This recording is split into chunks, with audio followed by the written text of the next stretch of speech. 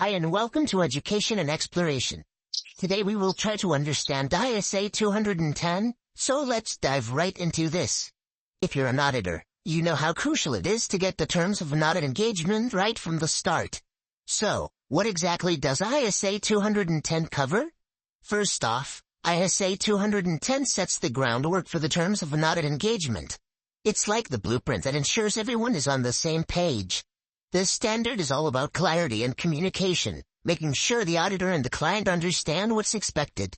So, what are the key elements you need to be aware of? Number 1, the objective and scope of the audit. This means defining what exactly will be audited and to what extent. It's essential to clarify this to avoid any misunderstandings later on. Number 2, the responsibilities of the auditor. As an auditor, you need to spell out what your duties are. This includes adhering to ethical standards and conducting the audit in accordance with ISA guidelines. Number 3, the responsibilities of management. The client needs to understand their role too. This typically involves providing the necessary information and facilitating the audit process. And finally, number 4, reporting. You need to specify how the findings will be communicated. This includes the format, timing, and any legal or regulatory requirements. Now, before you dive into an audit, it's important to confirm that the preconditions for an audit are in place.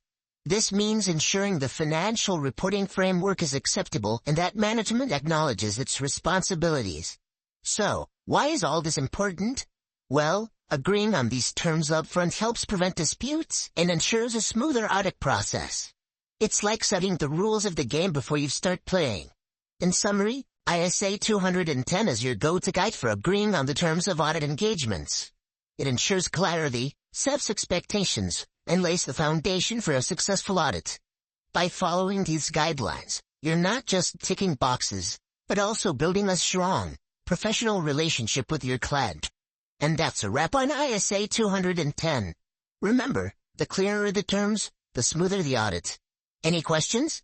What are the preconditions for an audit, and why are they crucial before agreeing to the terms of an audit engagement? The preconditions for an audit are critical because they determine whether the auditor can even proceed with the engagement. These preconditions ensure that the audit will be conducted in an environment where it is possible to perform the work ethically, effectively, and in compliance with auditing standards. Here's what they include and why they matter. Acceptable financial reporting framework. The client must prepare financial statements based on an acceptable financial reporting framework, for example, IFRS, GAAP. This framework ensures the auditor has clear criteria against which to evaluate the financial statements. Without it, the audit lacks a foundation.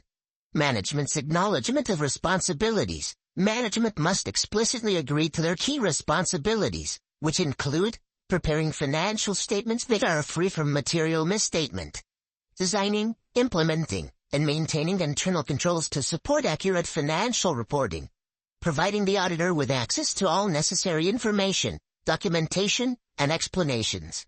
This acknowledgement is crucial because it aligns expectations and minimizes disputes during the audit process. If these preconditions aren't met, ISA 210 requires the auditor to decline the engagement, as conducting the audit would not yield reliable results or comply with professional standards. Why it matters. By confirming these preconditions up front, the auditor ensures they can work effectively and maintain independence, while the client understands their role in supporting the process. This step lays the groundwork for a successful audit and avoids wasting resources on engagements where basic requirements aren't in place. And that wraps it up. We've covered the essentials of ISA 210 and tackled the key question about preconditions for an audit. Remember, setting clear terms at the start ensures a smoother, more efficient audit process for everyone involved. If you found this helpful, don't forget to like, share, and subscribe for more insights on auditing standards. Got more questions? Drop them in the comments, and we'll tackle them in our next video. Thanks for watching, and see you next time.